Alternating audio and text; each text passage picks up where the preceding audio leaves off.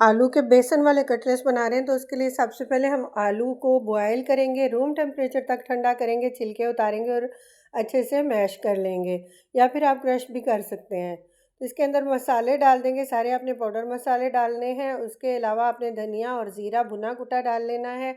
उसके बाद अजवाइन की 2 चुटकी भी डाल देंगे, चाट मसाला साथ में शामिल करेंगे, कसूरी मेथी लेंगे 1 चम्मच, हाथ के साथ अच्छे से मसलते हुए डाल देंगे।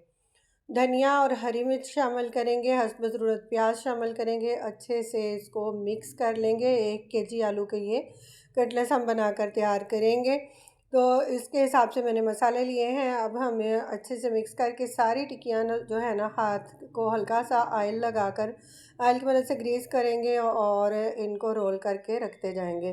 टिक्की को आप कोई भी शेप दे सकते हैं जो आप पसंद करें। तो सारी मैंने टिक्कियाँ बना के रख ली हैं।